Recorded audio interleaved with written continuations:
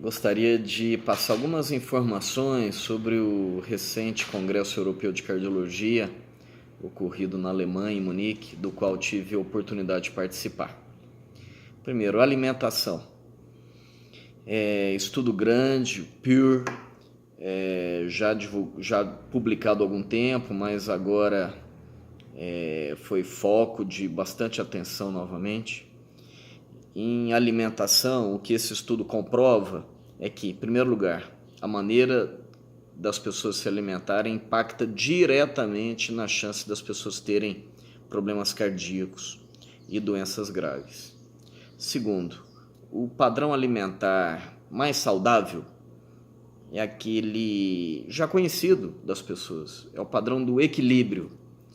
É uma alimentação que contenha, dentre outros, verduras, vegetais, frutas, nozes, grãos, sementes, peixes, carne branca. Dentre os vilões da alimentação saudável, sem dúvida nenhuma, primeiríssimo lugar, gorduras trans, a chamada gordura industrializada. Segundo lugar, ainda os carboidratos, mas de uma maneira em que não podem ser considerados vilões absolutos, né? Existem informações recentes de estudos que mostram que ficar em uma dieta totalmente isenta de carboidratos pode até diminuir a expectativa de vida. Então, os carboidratos ainda são vilões, de certa maneira. É claro que depende muito do tipo, do perfil, mas no geral os carboidratos devem ser muito controlados na alimentação saudável. Em relação às gorduras saturadas, às demais modalidades de alimentos, aí claro, moderação, equilíbrio, bom senso e avaliação individual. O que é bom para o Sr. João não é necessariamente bom também para o Sr. Sebastião. Então, cada caso é um caso, há que se avaliar individualmente. Outros aspectos importantes, pressão arterial. Estudos mostram que a tendência atual, a maneira mais eficiente de se controlar bem a pressão dos indivíduos em termos de medicação é o uso combinado de medicamentos já desde fases mais precoces da doença. Essa informação impacta principalmente na atividade médica, óbvio, né? Então, é bem provável que os médicos passem, ao longo do tempo, a prescrever de maneira mais precoce medicamentos combinados para o tratamento da hipertensão, mesmo naquelas situações em que a pressão ainda não está tão alta e também quando ainda não há sinais de complicações de órgãos vitais, como o coração, os rins, o cérebro, etc. Outras questões importantes já demonstradas durante esse congresso, por exemplo, diretrizes. Diretriz, por exemplo, de revascularização.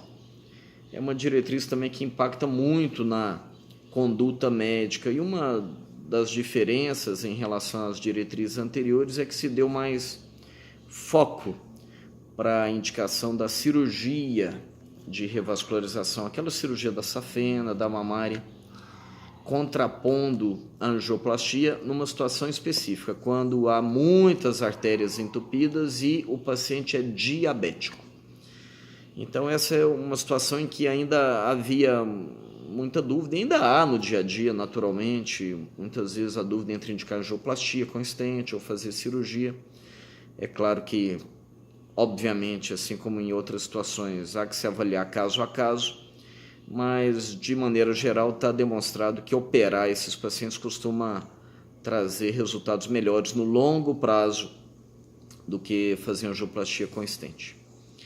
Outras informações importantes, o tratamento da insuficiência cardíaca, aquela doença em que o coração enfraqueceu, dilatou, é a chamada insuficiência cardíaca com fração de ejeção reduzida, ou seja, o coração não bombeia o sangue da maneira como deveria.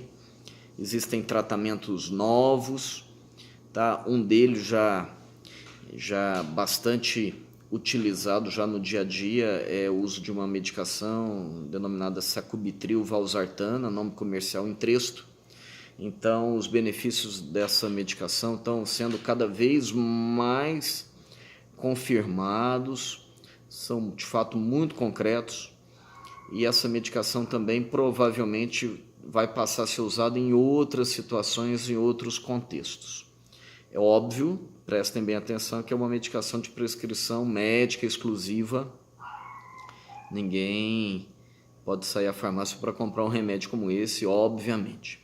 Tá? Então, o médico deve prescrever, mas é uma doença, a insuficiência cardíaca, extremamente comum, muito prevalente, na maioria das vezes muito grave, e felizmente existem novidades aí, e essa medicação é uma delas, tá? Outras questões, arritmias, principalmente uma arritmia denominada fibrilação atrial.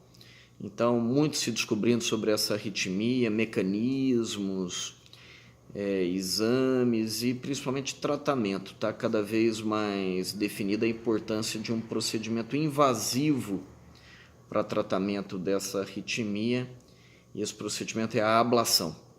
Então, é um tratamento por catéter em que se elimina o foco da arritmia.